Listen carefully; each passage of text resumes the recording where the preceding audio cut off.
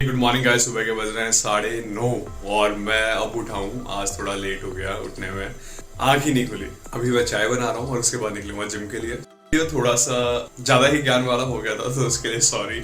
और आज का वीडियो थोड़ा लाइट और फनी बनाने की कोशिश करेंगे। अभी अंकिता जा रही है झुंझुनू उसकी भाभी से मिलने और उसको कुछ और काम भी है तो उसके लिए just keep watching the video. अगर आपको वीडियो पसंद आए तो please like share and subscribe to the channel.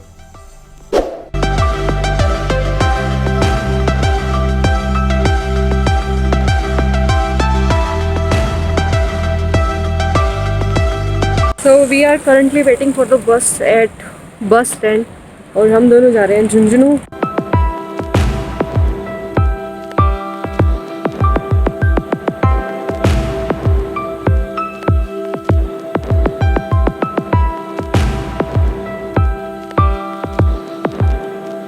तो अभी हम लोग जस्ट बस से उतरे हैं और अभी आया पीरू सिंह सर्किल।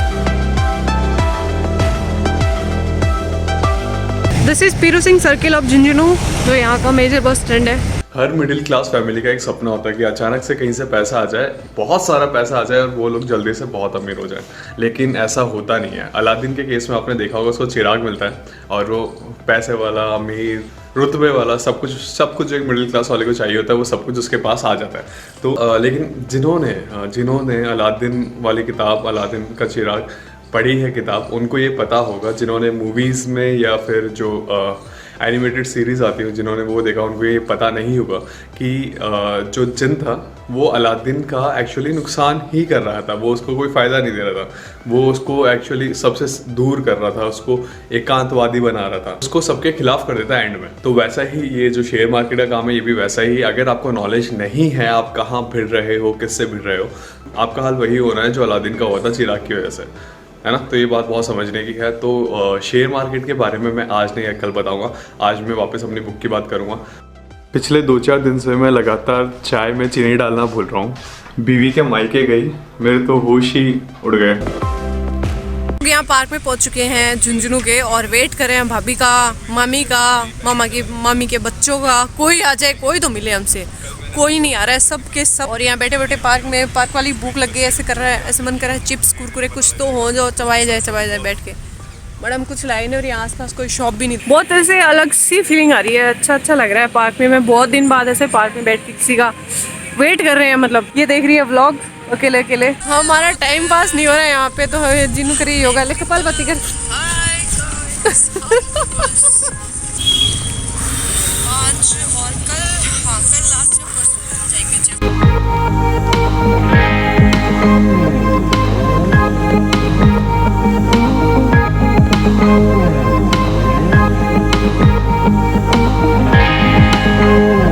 योगा करने के बाद अब मन कर रहा है थोड़ा बिग बॉस देख लिया जाए, क्योंकि यहाँ पे काफ़ी शांति है। बिग बॉस एंजॉय करने के लिए हमारे पास स्नैक्स नहीं है तो कोई बात नहीं है, ऐसे ही देख लेंगे बिग बॉस। और ये देखो मेरा मेहंदी का कलर कितना अच्छा है। और लेफ्ट हैंड से राइट हैंड पे लगाई हुई मेहंदी देख लो। So multi talented I am, very multi talented. तो ये हमारी बॉडी, मम्मी, जॉन, मामा और कल क्या बोला आपको? ओए छोड़ी ना, आज करा ले को लड़ाई मत करो। ये तो बुड्ढा दर्द हो रहा है। ये हाथ मुझे दे दे ठाकुर। अरे तो क्या है इसका कॉल आता उठाना मत। अंकित को आप पहले ब्लॉग में देखते हैं, ये एकदम पंडा बन चुका है। वो कड़मिला को तो नहीं चाहते, 4-5 दिन से तो नहाता है। तेरे डोरे वो दिखा हाथ वाले, देखो पंडा बन चुके हैं शोलो।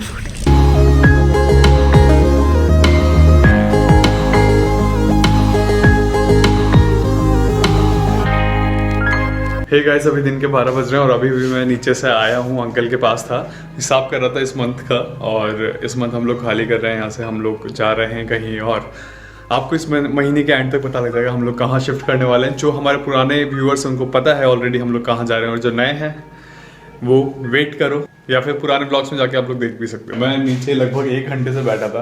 पहले तो अंकल से हिसाब किया अंकल के साथ, उसके बाद में बातों में लग गया। अब इन दिनों मैं भी यहाँ पे अकेला, अंकल को भी टाइम पास करने के लिए कोई चाहिए, तो फिर बातें करते करते हमको टाइम का पता ही नहीं लगा। हम अब बाद में अटैक करेंगे, सबसे पहले इसने और इसने ले लिया अपना। आज बहुत फास्ट फूड हो जाएगा भाई। सो गाइज अभी अपन लोग बात करते हैं मेरी बुक के बारे में। तो अभी एक सिचुएशन है, जिस सिचुएशन में ऐसा हो रहा है कि एक बिलीवर है जिसको बहुत स्ट्रॉन्ग बिलीव है उसके भगवान पे, जिसको वो पूछता है, और वो ये मानता है कि अगर उसकी लाइफ में कुछ बुरा हो रहा है तो भी वो कुछ अच्छे के लिए ही हो रहा है। मतलब कितना भी बुरा हो लेकिन वो कुछ अच्छे के लिए ही हो रहा है। अगर आज उसका बुरा हो रहा है तो कल उसका भला होगा। वो इस तरह का बिलीवर है। उसके आसपास के लोग ऐसे हैं कि अगर कोई उनको लूट ले, कोई उनको मारे पीटे, तो वो ये मानते हैं कि ईश्वर की मर्जी थी। अब उस कंडीशन में एक तरफ वो सब कुछ हारने की कगार पे है कि मतलब अब खत्म है, अब कुछ भी नहीं बचेगा, उस कंडीशन उस कगार पे है। और वहीं उसके आसपास के लोग नाम जप रहे हैं ईश्वर का कि नहीं यार, अब चमत्कार होगा और अब कोई ना कोई आएगा, हमको बचाएगा और सब कुछ बढ़िया हो जाएगा। या फिर अगर अभी हम मर भी गए तो भी हमारे लिए कुछ अच्छा ही है कि इससे ज़्यादा ईश्वर चाहता है कि शायद इससे ज़्यादा बुरा हमारे साथ ना हो, इसलिए अभी हम लोग मर जाएंगे। तो इस तरह के लोग हैं आपके आसपास। तो उस सिचुएशन में क्या उस बंदे को करना चाहिए? वो अपने बिलीव पे टिका रहेगा, जैसे उसके आसपास के लोग कर रहे हैं वैसा ही करता रहेगा, या फिर वो कुछ अलग करेगा? वो जो पिंजरा है बिलीव का उसको तोड़ के बाहर आएगा और इवॉल्व होगा।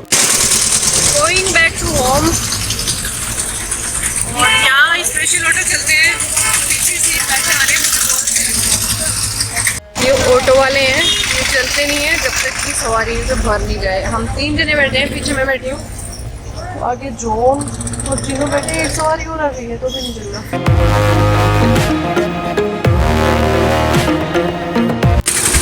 मम्मी की सिम की पोर्टिंग का काम पूरा नहीं हो पाया क्योंकि उसके लिए मम्मी का खुद का आधार कार्ड और मम्मी की मौजूदगी चाहिए होती है। आधार कार्ड में लेके आई थी बट मम्मी नहीं आई थी हमारे साथ, तो इसलिए नहीं हो पाया। वैसे वो मेरे नाम से भी सिम पोर्ट हो जाती है अगर मेरे पास मेरा आधार कार्ड होता। एक्चुअली वो फेस स्कैन करते हैं तो उसके लिए मम्मी की ज़रूरत है।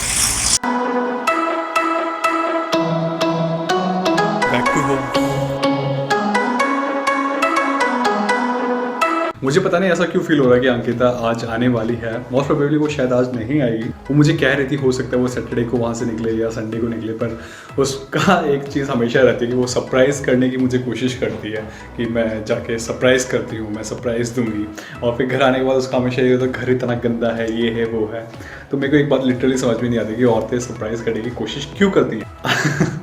या तो वो ऐसे सोचते कि आदमी को पकड़े रंगे हाथों, मतलब अगर कुछ कर रहा हो गलत तो, या फिर I never understand why it's so. और बाकी अगर वो मुझे बता दे वो आने वाली है तो मैं उससे पहले सफाई कर दूँगा, लेकिन ऐसा है नहीं। लेकिन फिर भी मुझे अंदर से एक वाइब आ रही है कि वो शायद जयपुर के लिए निकल चुके हैं, क्योंकि मैं उसे पिछले 2 घंटे से फ़ोन कर रहा हूँ और वो फ़ोन का रिस्पॉन्स नहीं दे रही है। और इससे ज़्यादा टेंशन भी हो जाती है कि शी इज़ ओके और नॉट। अगर वो निकल चुकी है तो फ़ोन तो उठा रही कि कहाँ पहुँची, कहाँ तक नहीं पहुँची, इज शी गुड और नॉट, जो भी चीज़ है। But I never understand this thing. क्यों मतलब आपको अपना फ़ोन चेक कर लेना चाहिए घंटे 2 घंटे में। ये मेरी एक एडवाइस है सबको, लड़का हो या लड़की, this is my advice to everyone कि आप अपना फ़ोन यार घंटे भर में चेक कर लो कि आपका फ़ोन है तो चेक कर लेना चाहिए।